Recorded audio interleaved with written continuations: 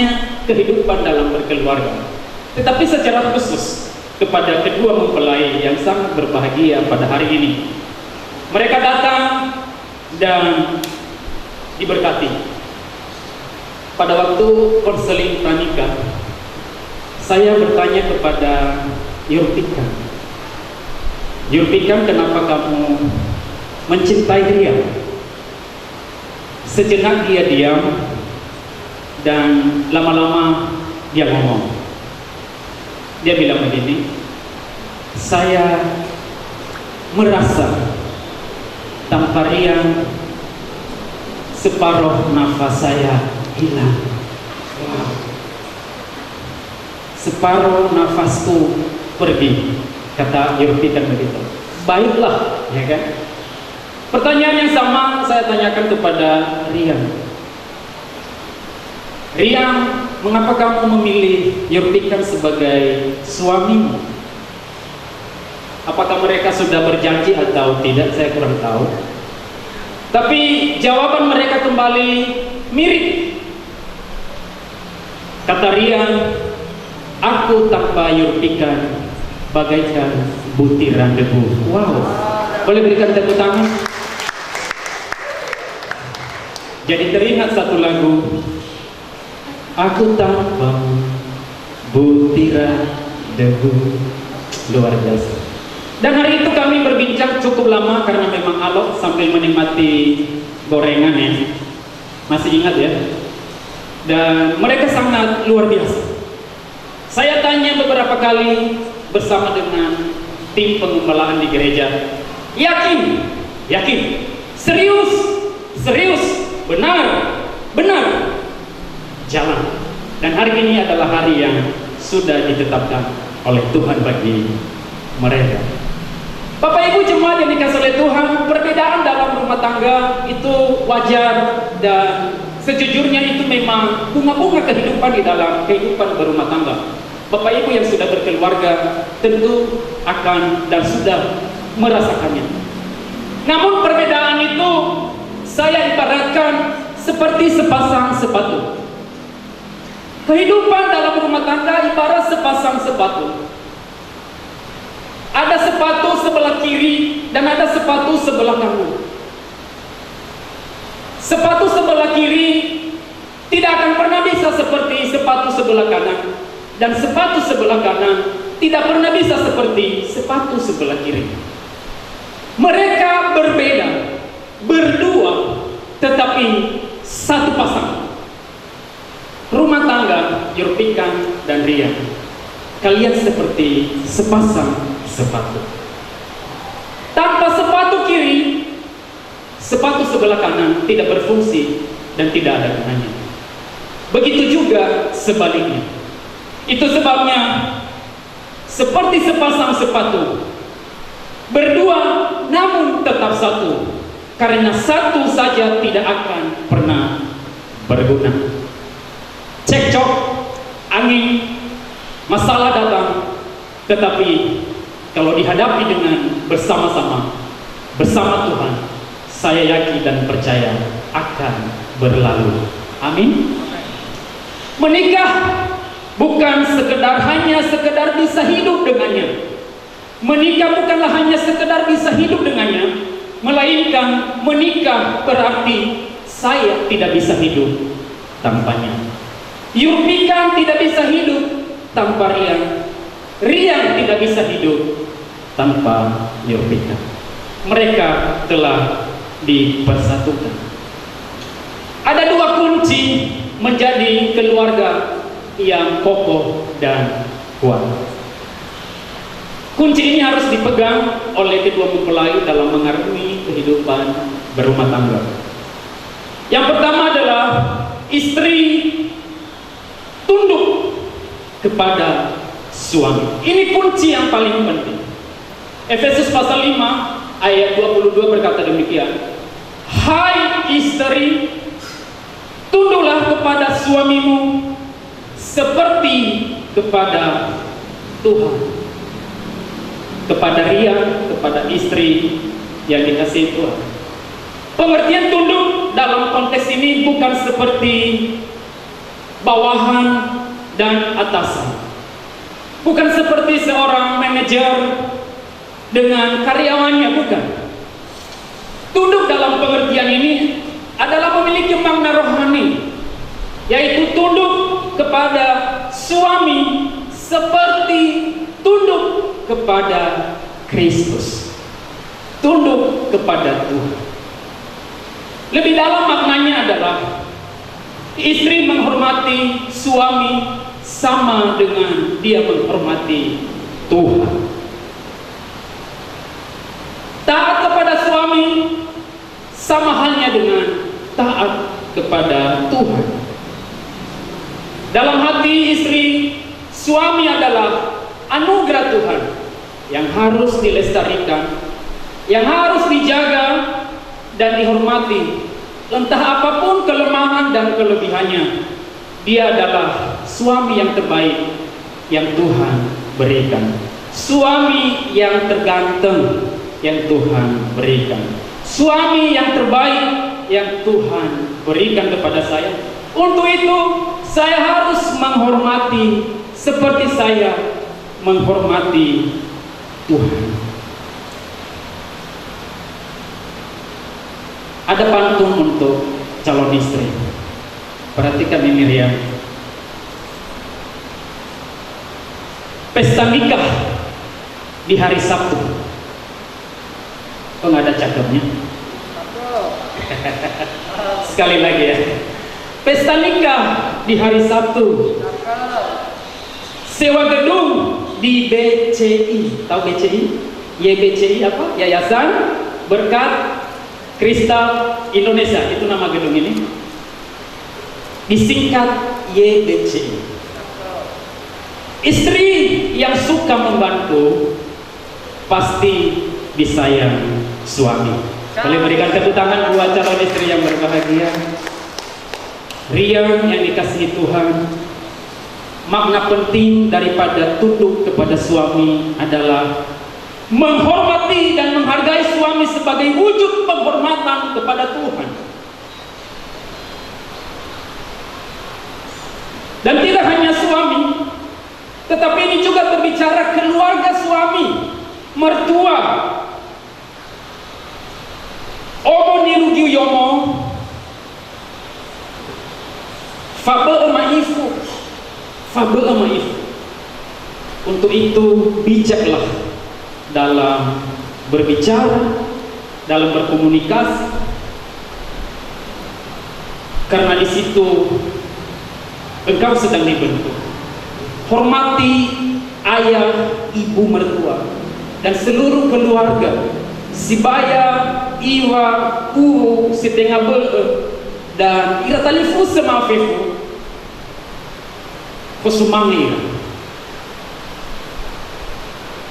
Makna dari tunduk itu adalah merendahkan diri, sikap yang tidak merasa lebih dari suami, sikap yang tidak merasa lebih tinggi posisinya dari orang lain. Biasanya kalau istri lebih banyak pendapatan, seolah-olah dialah yang mengemudi rumah tangga. Pesan kepada Rian bahwa apapun dan sebesar apapun berkat yang Tuhan berikan lewat kehidupanmu, tetap suami, milikilah sikap rendah hati, sederhana dan berguna. Makna penting daripada tunduk itu juga menjaga wibawa suami, memberikan yang terbaik, merawat suami, memperlakukan dia layak seperti seorang suami. Amsal pasal 12 ayat 4, istri yang cakap adalah mahkota bagi suaminya, tetapi yang membuat malu adalah seperti penyakit yang membusukkan tulang suaminya. Amsal pasal 19 ayat 14, rumah dan harta warisan nenek moyang. Ingat ini baik-baik. Tetapi istri yang berakal budi adalah karunia Tuhan. Hom-hom banomo yomo. istri yang baik. Amsal pasal 31 ayat 30. Kemolekan adalah bohong dan kecantikan adalah sia-sia. Tetapi lagi-lagi, istri yang takut akan Tuhan dipuji-puji. Kepada Rian yang suka saya panggil Ade Rian, karena memang Rian ini sudah saya kenal sejak dari kampung, ya. Dia ada tingkat saya waktu SMP dan waktu SMA. Hanya hari ini dia melanggar satu aturan alam. Melanggar satu aturan alam. Dia lebih duluan dari orang lain. Dia melangkahi posisi saya. Bapak Ibu yang dikasihi Tuhan, Rian, ingat ini baik-baik. Jadilah istri yang memuliakan nama Tuhan. Itu kunci yang pertama. Kunci yang terakhir. Efesus pasal 5 ayat 25. Firman Tuhan berkata, hai suami, kasihilah istrimu sebagaimana Kristus telah mengasihi jemaat dan telah menyerahkannya baginya. Menyerahkan dirinya baginya. Kunci adalah yang kedua, suami harus mengasihi istri. Ada lagu yang sangat baik. Oh Tuhan, ku cinta dia, ku sayang dia, rindu dia, inginkan dia. Utuhkanlah rasa cinta di hatiku, hanya padanya untuk Rian. Gitu. Berikan tepuk tangan buat pengantin laki-laki yang luar biasa ini. Suami harus mengasihi istrinya. Kolose pasal 3 ayat 19. Hai suami-suami, kasihilah istrimu dan janganlah berlaku kasar terhadap dia. Rangkul, nasihati, berikan porsi seperti layaknya seorang istri. Bahkan lebih tegas Efesus pasal 5 ayat 23. Karena suami adalah kepala istri, sama seperti Kristus adalah kepala jemaat. Dia yang menyelamatkan tubuh. Seringkali di dalam perjalanan kehidupan berumah tangga dihembuskan angin kebosanan, sehingga dengan bosan ini maka ada istilah pil dan will. Pil itu apa? Pria idaman lain. Will apa? Wanita idaman lain. Kebosanan ini terujuk kepada adik saya juga, Yurtikan Distianus Zalun. Kepada saudara, makna dari mengasihi istri, kiranya firman Tuhan pada hari ini berguna, bermanfaat, memberkati kita sekalian, dan secara khusus kedua mempelai yang berbahagia. Kita naikkan satu pujian, kasih pasti lemah lembut.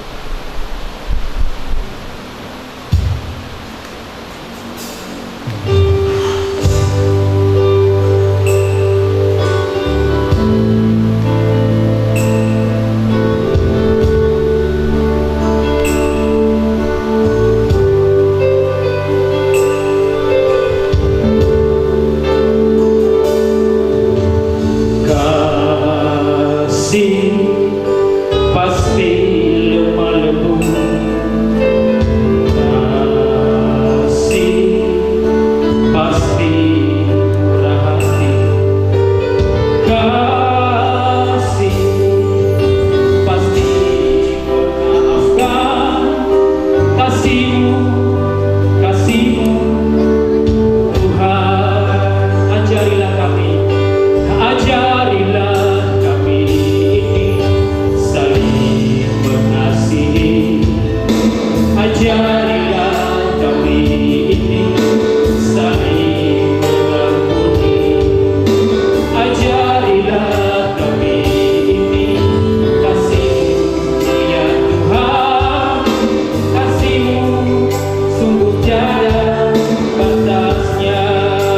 Ajarilah kami, ajarilah kami saling mengasihi.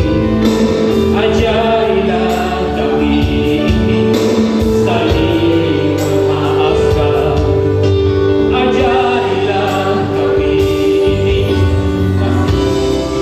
ya Tuhan, kasih-Mu tiada batasnya.